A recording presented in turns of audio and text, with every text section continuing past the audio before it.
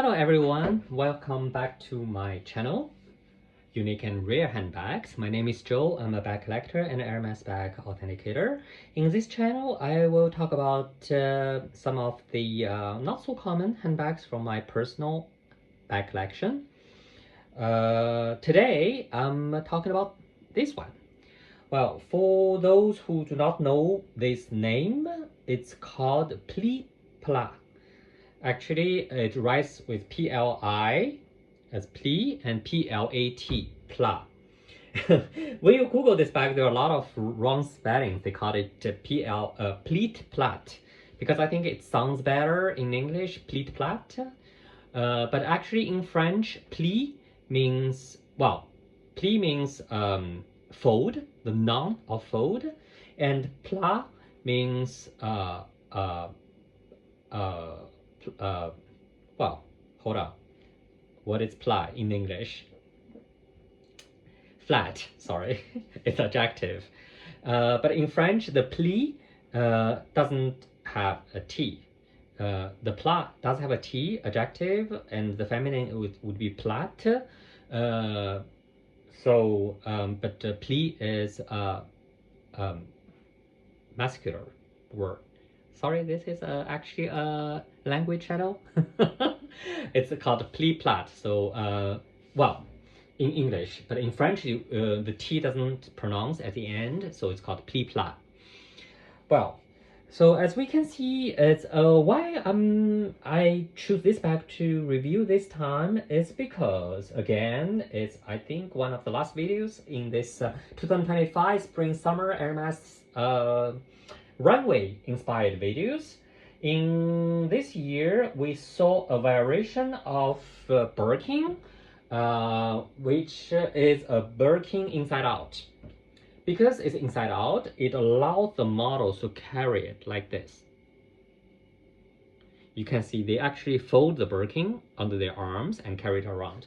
This reminds me a lot of a model of Kelly, which was created by Jean-Paul Gaultier during his tenure.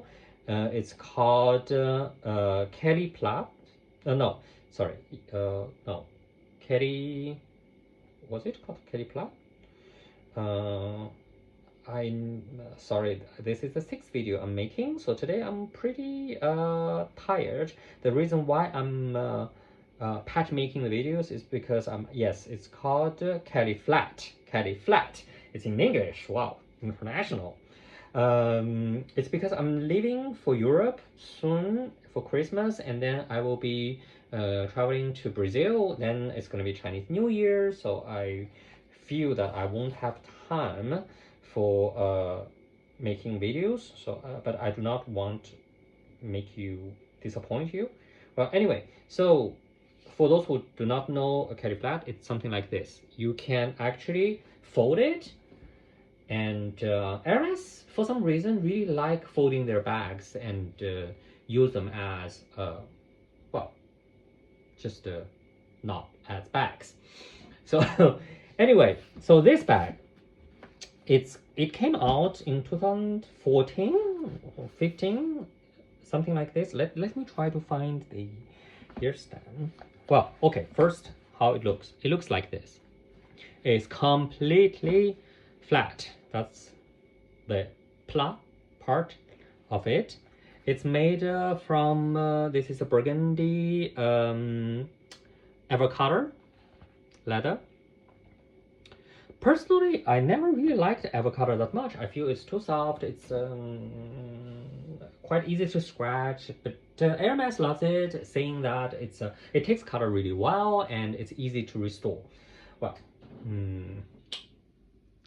well, they say.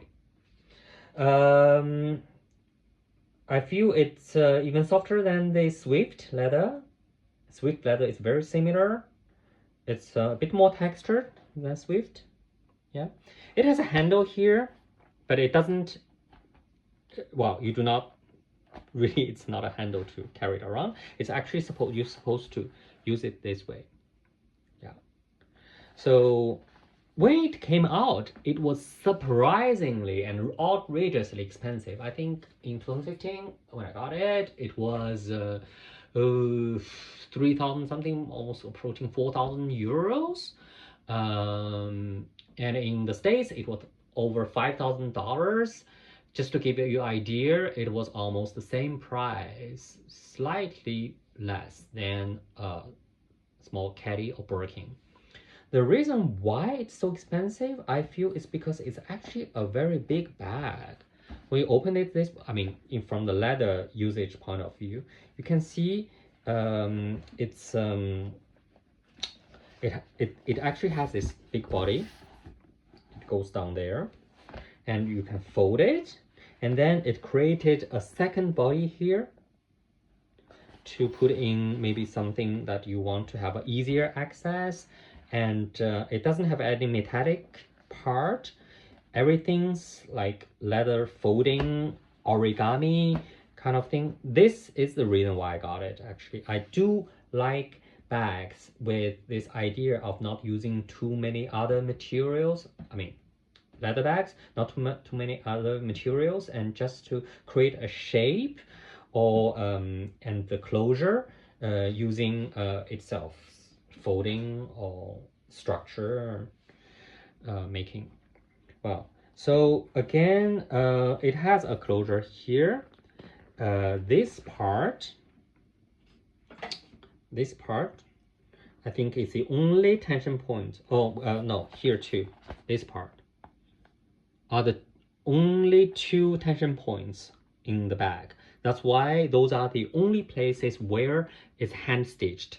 Just if you do not remember how to distinguish it, you can see all these stitches, they're decorational stitches. Well, decorational, not so well. There's no tension, so the stitch is the slants are right top, left bottom. Right top, left bottom. It doesn't really depend on how you look at it. If you turn it over, it's still right top, left bottom. Same here. But these points, they are tension points. They're hand stitched. Those are the machine stitching. Machine stitching.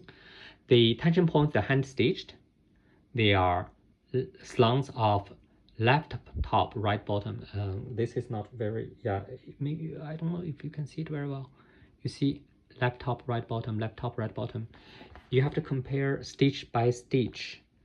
You can see this second stitch here, the left point is higher than the lower point of the previous stitch. So which means it's what we call a left slant, not a right slant. Same thing here.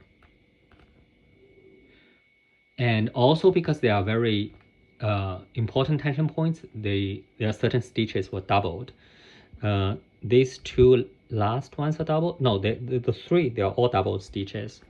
So here they are also all double stitches. It makes sense just because they're only like. So this on this whole bag, there are in total 12 on each. There are 12 stitches. So there are in total 36 stitches in total. So that's the handmade part we get from Hermes for 2015. So 10 years ago, $5,000 handbag. Wow, I'm not trying to sound ironic, or it's just how things are. What else about this bag? I think the pricing of Hermes is depends on the following factors. First is definitely how much leather and what type of leather is used. We all know that, of course, the exotic leathers are very expensive and very rare to find. So the reissue, I will review, maybe next bag will be an exotic Hermes bag, so we can talk about that. And then the different leather types, even just for cow or for goat skin, they are of slightly different price. I talked about the smooth leather. They're more expensive than the stamped ones, like box and Swift avocado. They are more expensive than the typically Epson leather. And so the material, the first. Second is amount of work, how hard the bags are difficult to construct. So this bag is actually quite a lot of work. You have to stitch all these things together. When you compare this to a bigotin, for example, the bigotin, you would see the different amount of work needed to create it. The third thing, of course, there's a popularity factor, the demands factor. Bigotin, it's very much in demand now, especially 16 or 18, I don't know, the small one. So it's more expensive in relative sense compared to its in relative to its very simple structure and very little leather used. So something interesting is here you can see the line here is curved because actually when you put things in it, I will try to show you, it would create this curvy shape which is easier for your hand to grab. I think that's a very considerate small detail. You see it actually create a bottom which looks a bit like a dumpling thing, yeah, like the BV Bodega Veneta dumpling thing. So when it's like this, when it's full, it feels not too strange, as if it were a straight line. So I think that's the shows how considerate, how much thinking has been put into the making of a bag like this. So sorry, I said it's a, did I say it's a burgundy? I think now I don't remember which color was it. Is this prune? This is maybe a plum color. Well, anyway, it's one of those colors. So this is the Pliplat. Again, not Pliplat, not Pliplat without T. It's without T and with T. The Pliplat Hermes. Oh yeah, the year. Sorry, I've got to check the year. Ah, here. It's year square R. Square R is 2014, actually. It's the last year when they used square. Yeah, in the future we can talk more about the year stamp system, the 5 eras of the year stamp system and the anomalies. There are certain anomalies. That's for next video. It's long enough. Thank you very much and see you next time.